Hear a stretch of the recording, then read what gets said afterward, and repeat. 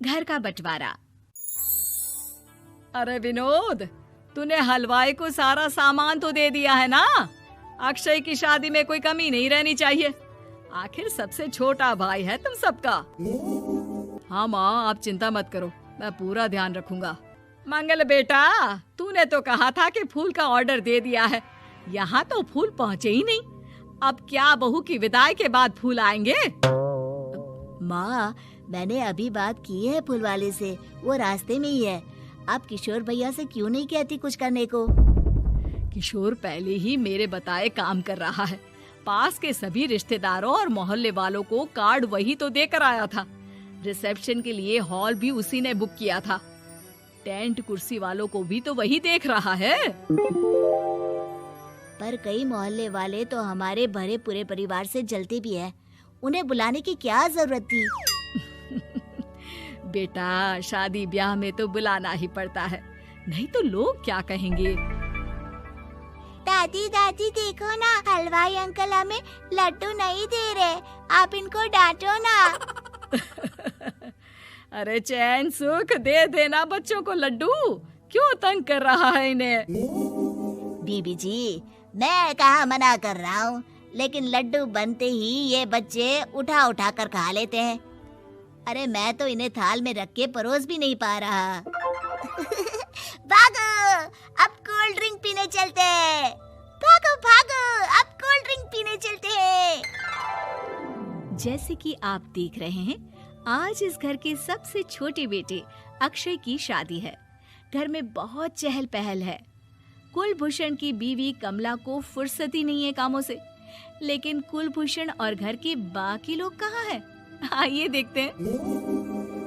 अजी, आप यहाँ आराम से बैठकर गाने सुन रहे हो और घर में अभी तक इतने काम बचे हैं करने को। अरे भाई, मेरे सबसे छोटे बेटे की शादी है, इसके बाद तो मैं अब चिंता मुक्त हो ही जाऊंगा।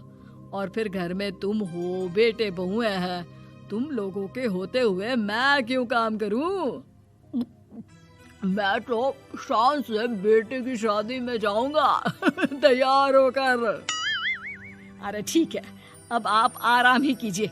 एक बार अभिषेक की बीवी आ जाए, फिर मैं भी आराम करूंगी और मेरी चारों बहुएं पूरे घर की जिम्मेदारियां संभाल लेगी। इतना कहकर कमला वापस अपने काम में लग जाती है। बेटा भी, तू अब तक तैयार नहीं हुआ? किससे बात कर रहा है फोन पर? तैयार कैसे हूँ? सैलून जाने से तो आपने मना किया है, क्योंकि मुझे हल्दी लग चुकी है। भाभीयों को देखो, सुबह से पार्लर में है। अक्षय की शादी हो जाती है और नंदिता बहू बनकर घर आ जाती है, लेकिन इस घर की खुशियों को मानो किसी की नजर लग गई थी। नंदिता के आने के बाद आए दिन घर की शांति भंग होती रहती। अपने माँ बाप की इकलौती बेटी को इतने बड़े परिवार की जिम्मेदारियां कहाँ संभालनी थी। अभी देखो ना, मेरे हाथों की मेहंदी भी अभी नहीं उतरी है और तुम्हारी मम्मी ने मुझे घर के कामों में लगा दिया। मैंने सोचा था कि घर की सबसे छोटी बहू होने के कारण मुझे सब पलकों पर बिठा के रखेंगे, पर यहाँ तो पलक झपकने की भी फुर्सत नहीं मिलती। देखो नंदू, शादी के पहले ही मेरे घर वालों ने तुम्हें और तुम्हारे पेरेंट्स को बता दिया था कि मैं जॉइंट फैमिली में रहता हूँ, तो फिर अब ये शिकायत क्यों? और फिर तुमसे पहले मेरी भाभियां भी तो आई थी शादी करके, उन्होंने तो कभी कुछ नहीं कहा। नंदिता तब तो चुप हो जाती है, लेकिन ऐसा बहुत दिनों तक नहीं चलता। अरे नंदिता, माँ बाबूजी की दवाई का टाइम हो गया है, उन्हें दवाई दे आओ और उसके बाद सबके लिए नाश्ता बना देना। पर भाभी, मैं तो अभी अपना फेवरेट सीरियल देख रही हूँ।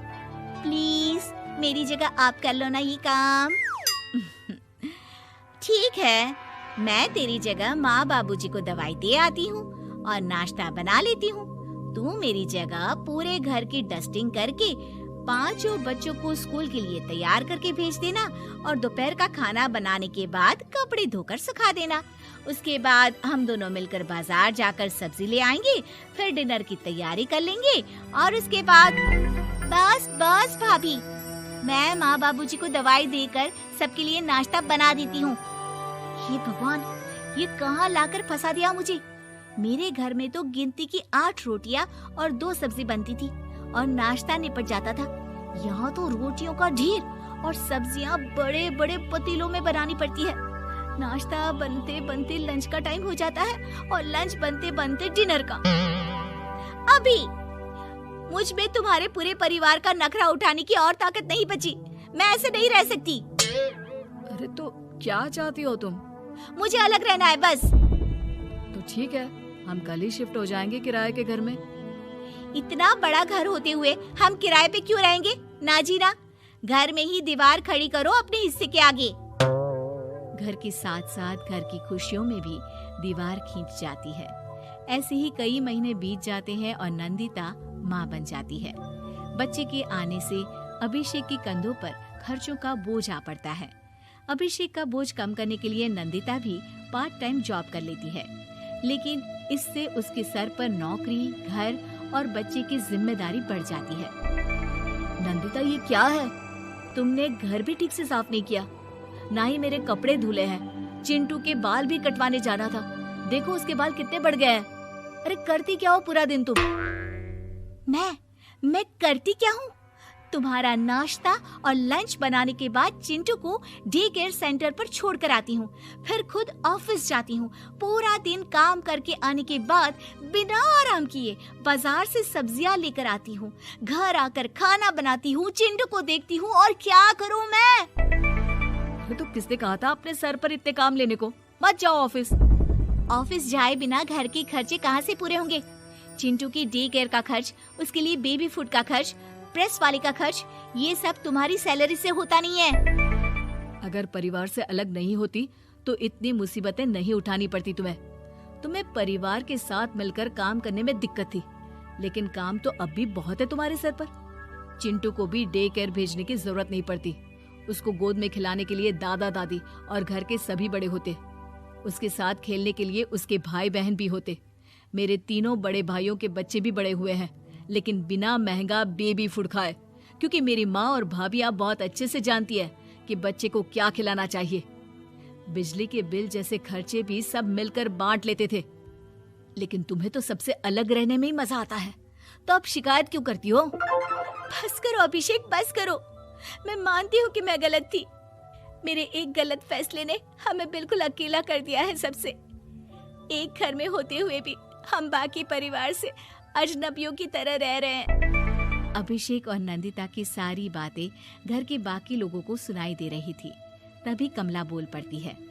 अरे नंदिता बहू, किसने कहा कि तुम अकेले हो? तुम्हारा इतना भरा पूरा परिवार है ना तुम्हारे साथ। हम तो बस ये चाहते थे कि तुम अपनी गलती समझ जाओ। अगर हम तुम्हें समझाते तो शायद तुम ना समझती, लेकिन अपनी गलती का एहसास तुम्हें खुद हो गया है, तो अब तुम समझ चुकी हो परिवार में एक साथ रहने का मोल क्या होता है। मम्मी जी, मुझे माफ कर दीजिए, अब ऐसा दोबारा कभी नहीं होगा। अरे माफी बाद में, पहले मेरा पोता जरा मेरी गोद में तो दे, और तू जाकर सबके लिए चाय बना ला। की सतरंगी शादी। मालिक, बहुत रात हो गई है, अभी तक मनीषा बिटिया दफ्तर से घर नहीं आई। अरे डोंट वरी रामू, आ जाएगी। समझदार और पढ़ी लिखी लड़की है, ऊपर से अपने फौजी बाप की तरफ बहादुर भी है। तुम जाकर खाना लगाओ रामू, वो आती ही होगी। जी मालिक। मनीषा मनोहर की इकलौती बेटी थी। मनीषा की माँ का उसके बचपन में ही स्वर्गवास होने और मनोहर के फौजी होने के कारण मनोहर ने अपनी बेटी को बिल्कुल लड़कों के जैसा ही पाला था। उस दिन देर रात को मनीषा का इंतजार करते हुए मनोहर और उसका नौकर रामू बात कर ही रहे थे कि मनीषा अपनी कार में ऑफिस से घर आती है। अरे रामू काका, बड़ी भूख लग रही है, जल्दी से खाना लगा दो। और कल मेरे कुछ खास क्लाइंट्स घर पर लंच के लिए भी आ रहे हैं, तो कुछ अच्छा सा बना देना। और बताओ मनीषा बेटा, ऑफिस का काम कैसा चल रहा है? एकदम जबरदस्त चल रहा है पापा। इनफैक्ट कल की प्रेजेंटेशन में तो मैंने 2 करोड़ की डील फाइनल कर दी और अगले हफ्ते हमारी कंपनी नया प्रोडक्ट लॉन्च करने वाली है। पता है पापा, मुझे इसका हेड बनाया जा रहा है। अरे वो ये हुई ना मेरी शेर बेटे वाली बात। वेरी गुड बेटा। रामू उस घर में पिछले 28 साल से नौकरी कर रहा था, तो वो घर के सदस्य जैसा ही था। रामू मनीषा को चिढ़ाते हुए कहता है, मनीषा बिटिया, आप कल बाजार से थोड़ी सब्जियां लेकर आओगी? कल तो आपके दफ्तर की छुट्टी भी है। काका, मैं आपको अपना मोबाइल दे देती हूँ, आप ऑनलाइन सब्जियाँ मंगवा लेना, मैं पेमेंट कर दूंगी। वो क्या है कि मुझे घर के कामों से थोड़ी एलर्जी है। ठीक है बिटिया। 2 हफ्ते बाद मनोहर को उसके दोस्त किशन का फोन आता है। अरे मनोहर, हमारी मनीषा बेटी के लिए एक बहुत अच्छा रिश्ता आया है। लड़का इंजीनियर है दुबई में। तू कहे तो बात आगे बढ़ाऊं? हाँ, रिश्ते की बात तो आगे बढ़ा ही सकते हैं, लेकिन लड़के वालों की कुछ शर्तें भी तो होंगी ना, मतबला, लेन देन वगैरह। अरे यार, लेन देन जैसी तो कोई शर्त नहीं है उनकी। बस लड़की पढ़ी लिखी और घरेलू होनी चाहिए, जो कि यहाँ इंडिया में अपने सास ससुर की सेवा करे और घर संभाल सके। अरे यार किशन, तू तो मनीषा को जानता ही है, पढ़ी लिखी और जिम्मेदार तो है वो, लेकिन घर के नहीं बाहर के कामों में मुझे नहीं लगता कि वो मानेगी, लेकिन फिर भी मैं उसे पूछ के बताता हूँ तुझे।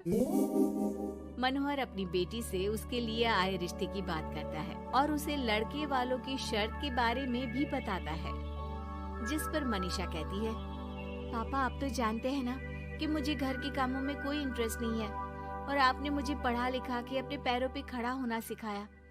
क्या इस दिन के लिए कि एक दिन मैं शादी करके किसी का घर संभालूं? ना, मुझे नहीं करनी शादी वादी, आप मना कर दो उन्हें। इतना कहकर मनीषा घर से बाहर चली जाती है। रास्ते में उसे उसकी फ्रेंड का फोन आता है, जो उसे बाकी फ्रेंड्स के साथ एक रेस्टोरेंट में बुलाती है। मनीषा जाना तो नहीं चाहती थी, लेकिन उस रिश्ते की बात से हुए खराब मूड को बदलने के लिए वो चली जाती है। मनीषा और उसके दोस्त एक टेबल पर बैठे होते हैं कि उसकी नजर उसी रेस्टोरेंट में गिटार बजा रहे एक लड़के पर पड़ती है, जो मनीषा की फेवरेट धुन बजा रहा होता है। मनीषा झट से सारी बातें भूलकर उस गिटार की धुन में खो जाती है।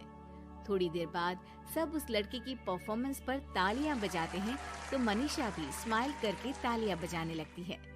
उसी शाम जब मनीषा घर जा रही होती है, तो उसे वही लड़का दिखता है जो रेस्टोरेंट में गिटार बजा रहा था। वो अपनी गाड़ी रोक कर उससे पूछती है कि हाय, तुम वही हो ना जो थोड़ी देर पहले रेस्टोरेंट में गिटार बजा रहे थे? I am so impressed with your talent. Actually वो मेरी फेवरेट धुन थी। जी थैंक यू, ये मेरा शौक भी है और इससे मेरी थोड़ी बहुत गुजारे लायक कमाई भी हो जाती है।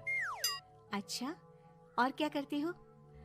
जी मैं कॉफी बहुत अच्छी बनाता हूँ। और कॉफी के अलावा भी बहुत कुछ। एक्चुअली मुझे खाना बनाने का बहुत शौक है और खाली समय में या तो मैं गिटार बजाता हूँ या फिर कुकिंग करता हूँ।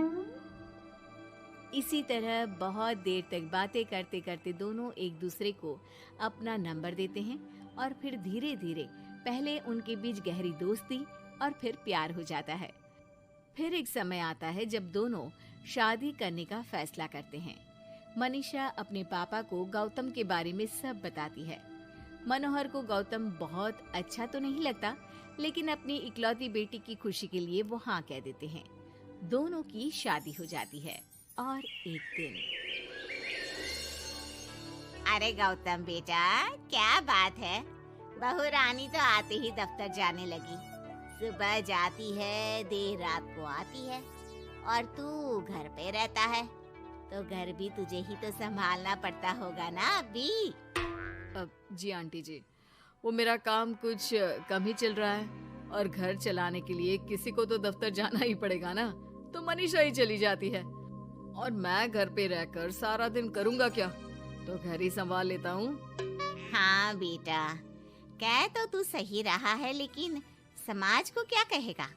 समाज के भी कुछ नियम कायदे होते हैं, लेकिन यहाँ तो उल्टी ही गंगा बह रही है।